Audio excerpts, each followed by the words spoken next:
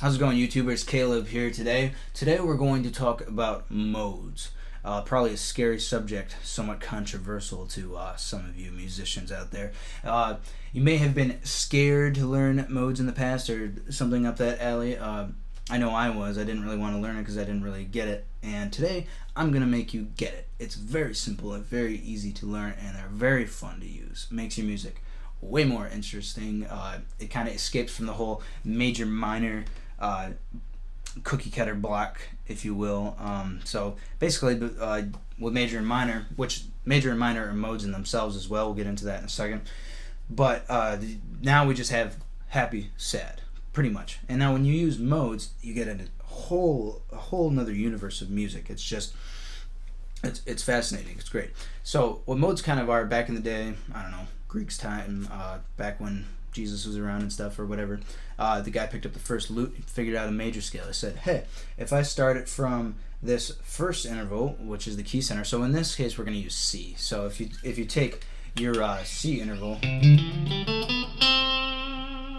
and you hold up, yeah, so if you take it from that and start it and end it on the root note, that's Ionian mode. That is the major mode. Now the other mode that we still use today is called Aeolian mode, and that is the relative minor, which I'm sure most of you that know basic major minor theory is that every minor has a relative major and every major has a relative minor, and they coexist in that way. They share key signatures, if you will.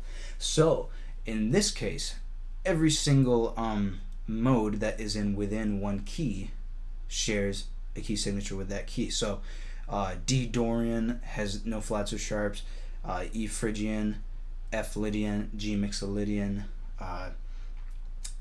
A Aeolian or A minor, and B Locrian. Now Locrian mode, I don't know how much we're going to get into that today because I still haven't figured out how to use that one. But to kind of give you a visual of how modes work is, so like I said, starting from a different interval each time. So if you take C, start from 1 and end on 1, that is C major. Start it and end it on 2, that's Dorian, so on and so forth. Now this principle works the same in every single key, and we're going to use C today though because it's pretty much the easiest to understand.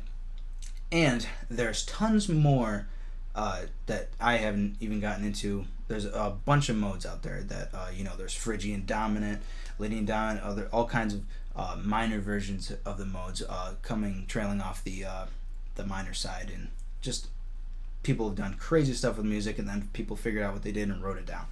So today we're just going to stick within the 7 basic major modes that are in C, and those are basically all you need to know. That's the building block for what you need to know later. And so I'm going to give you a piano visual because piano is all laid out in front of you, so I'm going to do a shot of that right now to show you kind of how basics of modes, and then we'll get into it on the guitar, and I'll give you some tabs and stuff. So right now, starting and ending, if you want to get into the guitar part, just skip ahead a little bit. So this will just be for piano players and for guitarists that understand the piano and can get it off of that. So starting from C major on the piano, we have a C major scale or C Ionian. Starting and ending on 2, we have D Dorian. Now if this was in G, it would be A Dorian, and if it was in A, this would be B Dorian, so on and so forth. But this is D Dorian. Starting and ending on the second interval, now we have E Phrygian, starting and ending on the third interval of the C scale. Proper technique right there, note that. Now we have starting and ending on F. If you haven't noticed so far, I've only played the white keys, which means there's no sharps or flats, which means that every single one of these modes is the same thing as C major, just starting and ending on a different note, a different interval in the scale. So starting from the 4th interval, we have Lydian, F Lydian. Starting from the 5th interval, we have G Mixolydian. Whoops. Make sure you note that you hit a F right there and kind of flame them together like that. You can tell I'm a piano player. So G Mixolydian. Starting and ending on A, the 6th interval, we have A Aeolian, also known as the relative minor, A minor. You piano players know that scale. Starting and ending on the 7th interval, we have the dreaded Locrian mode. and those can all resolve back to C. So, if you haven't noticed, that was all in the key of C, starting and ending on different intervals within the key of C, I say again. Now, back to the guitar.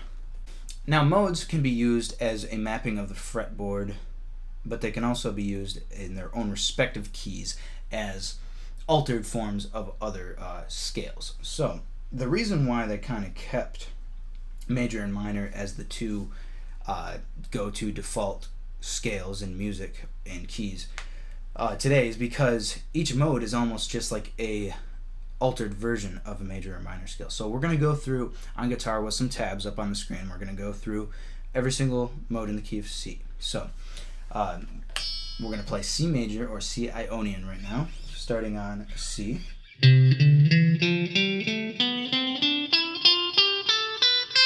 Starting ending on the first interval, that is C Ionian, the major scale. Starting and ending on the second interval, D, we have D Dorian.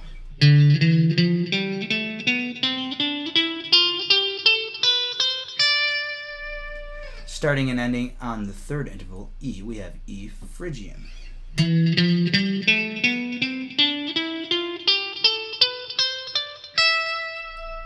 Starting and ending on the fourth interval, we have F Lydian.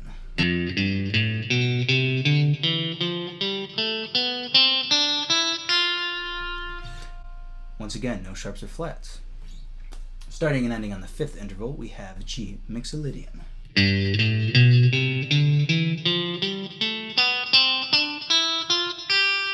Starting and ending on the sixth interval, we have A Aeolian, also known as the relative minor to C major.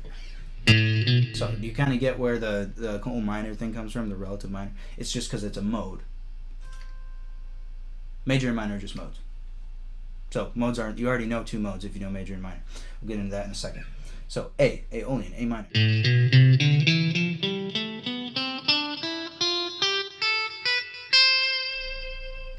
Starting and ending on the seventh interval, we have the dreaded B Locrian scale.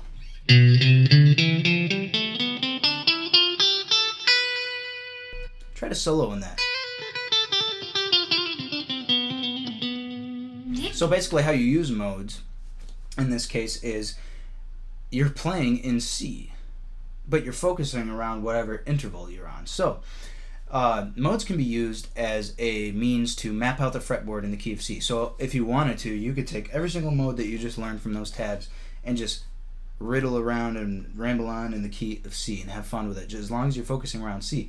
But it depends on where your focus is. So what you can do is you can either, like I said, use it as a mapping for the key of C, or you can flip it around and use each individual mode and change up the keys. Mind you, you can switch to G, you can switch to B flat, whatever you want to do, and use modes in that key. But you can take the individual modes that are in there and use them as their own respective altered scales. So for example, that's why you can use an A Aeolian scale over a chord progression that is in A minor, because it's just a mode. So what if you wanted to, for example, play G Mixolydian in the key of G major, you would just be playing C over G, if that makes sense. So you're using a different key on top of a different key, but you're making it sound, you're kind of tricking people's ears into thinking that, oh, he's in G major. Oh wait, he's in C. He used a flat seventh. It's crazy. It's mind-boggling, but that's what modes are meant to be used for. That's what Joe Satriani, Guthrie Govan, Steve Vai, all these great guitarists use, are these modes. So I'm gonna kind of tell you the trick, my trick for memorizing modes. Or you might be thinking, oh, I have to memorize all 7 of these and figure out where they repeat all over the fretboard, just like I do with the major and minor. Well, if you've memorized major and minor shapes and intervals and how they work, if you've memorized that major is, you have whole, half, yeah, whole, half, whole, half. Yeah, so if you memorize the half steps and the whole steps in major and minor scales, all you have to do is alter them a little bit to create the modes. So basically what you have is, if you've memorized your major scale, so if you have C major, and you memorized, if you wanted to play G and play G major. But say if you wanted to play G Mixolydian, remember that from before? all you're doing is flattening the seventh. So Mixolydian can just be thought of as a major with a flat seventh, altering one note. And Locrian can be thought of the same way because it's almost, or not Locrian, I'm sorry, Lydian can be thought of as almost the same way. You're using it as a major scale, but you sharpen the fourth, because that's all we did with F Lydian earlier. Was if we wanted to play F, say if we wanted to play the first octave of F major, we'd just play. But what we did instead is we sharpened the fourth. 1, 2, 3, 4. So F Lydian, or Lydian in general, is just a major with a sharp fourth. Now the same can be done with Dorian and Phrygian. You can think of, if you've memorized your Aeolian scale, otherwise known as minor, you can know that Dorian, all Dorian is a minor scale with a sharp sixth. We're going to get into this in detail in other lesson videos, but I'm trying to just give you a basis to go off of. But Dorian can be thought of a minor scale with a sharp sixth. That's all it is. And Phrygian can be thought of a minor scale with a flat second. Now, the best way to do this is to memorize how these modes work and what interval you change to make it into a mode, is create flashcards. So what I've done is I've created flashcards that say Mixolydian. What's Mixolydian? Oh, and then I have to think of it, and I can flip it over and see if I don't know the answer. It says it's a major with a flat seventh. If I say, what's Lydian? Oh, it's a major with a sharp fourth. What's Dorian? Minor with a sharp a sixth. And Phrygian is minor with a flat second. And then Ionian's the same as major. Aeolian is the same as minor. And then Locrian, if you want to try to figure out, go ahead. It's got a flat second. It's got a flat fifth. It's crazy. It can be used kind of over a, kind of like how chord quality charts, the seventh chord is diminished. It can be kind of used over a diminished chord, if you would. But that's all here, neither here nor there. So, yeah, think of your scales like that. And what else did I just want to talk about? So don't worry about playing out of key or whatever, any bull crap like that when it comes to modes, because you're like, oh well, I was taught that G major has a F sharp and is the seventh. How can I flatten it and make it a F natural when I want to flat the seventh when I play Mixolydian? Well, don't worry about it. If it sounds good, play it. Mess around, just experiment. This is just more information to experiment with. So have fun with it. Also, I wanted to do a sponsor plugin right now. Check out. I'm gonna shift gears here real quick. Check out Bear Vinyl Decals. They're a new upcoming company from where I'm from in Michigan. They're making some great decals. They make custom stuff, they make their own stuff, and they do great deals, and they give out free stuff all the time, and they're just starting up. They could really use your support, so check them out. Here's a link for Bear Decals right here.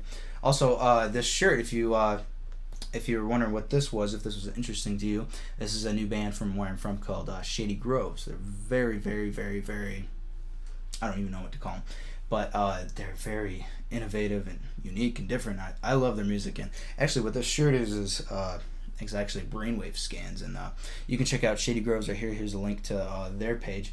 Also, I'd like to shout out to my buddy Paul Raymond, the audio engineer from where I'm from in Michigan, for let me use his green screen. If you notice, you don't see my room anymore behind me. You see blackness, mystery. Adds to the mystery of the modes. Anyway, if you like what you saw today, if this helped you out in your musical journey at all, please subscribe, share, like, comment, whatever. If not, doesn't matter to me, but if you'd like to be so kind, be greatly appreciated, and I'll be sure to do the same.